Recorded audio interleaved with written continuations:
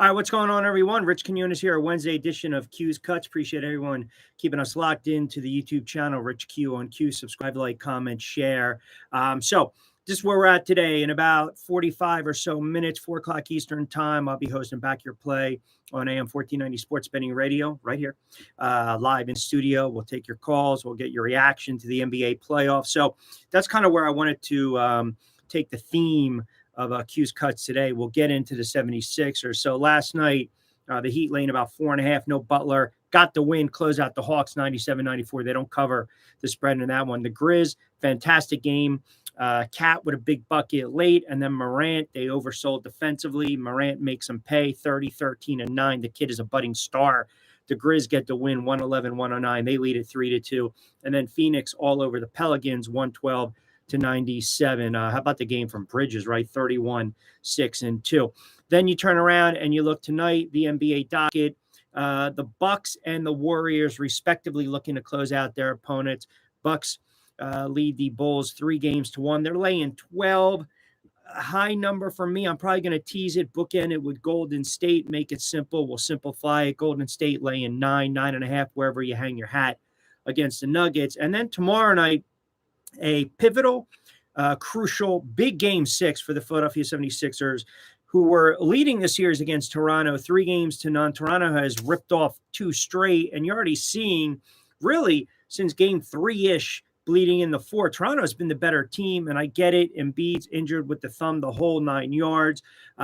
This will be a referendum on Doc Rivers' career as a head coach and James Harden, because, look, I got breaking news for you. If you're waiting for James Harden to give you that signature moment where he's going to turn back the clock and you're going to see the James Harden of old, all these step-back threes and facilitator, get to the basket, get to the line, when it's all said and done, 38, 13, and 6, it ain't happening.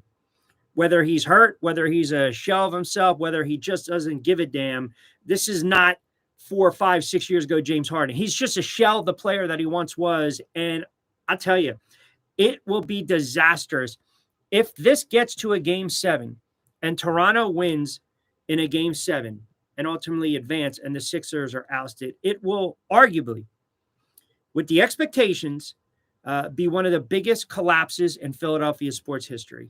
It's not even debatable. You can talk about Ryan Howard basically keeping the bat on his shoulders against St. Louis. You can talk about McNabb and Barber going the opposite way, and Bishop bad angle against Joe Juravicius to close down the vet.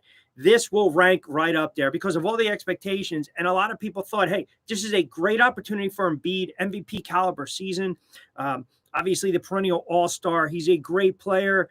The supporting cast, we loved it a couple weeks ago and a couple months ago. Now, all of a sudden, not so much. You don't have to worry about the Nets. They get bounced. You know, you're not going to be able to get by Miami. So first things first, go out and win the game Thursday night in Toronto. And if James Harden has any ounce of stones and balls and guts, then he will give you that James Harden-like performance that you guys are just craving and begging for. But again, if you ask me right now, truth serum, it's not happening. But give me something. Give me something to hang my hat on. At this point, if they lose the series eventually in 7 games, I'm already hearing people say, you got to restart and blow it up. Are you kidding me? Isn't that what you did a couple years ago? So this is a huge moment for the Sixers franchise, for Doc Rivers, for James Harden, going into Toronto Thursday night, game 6. We'll dive into it a lot more today. We'll start to look ahead to the draft, which is also tomorrow as well. We will talk to you at 4. As always, we hope you enjoyed a Wednesday edition of Q's Cuts. Follow me on Twitter at RichQ on Q.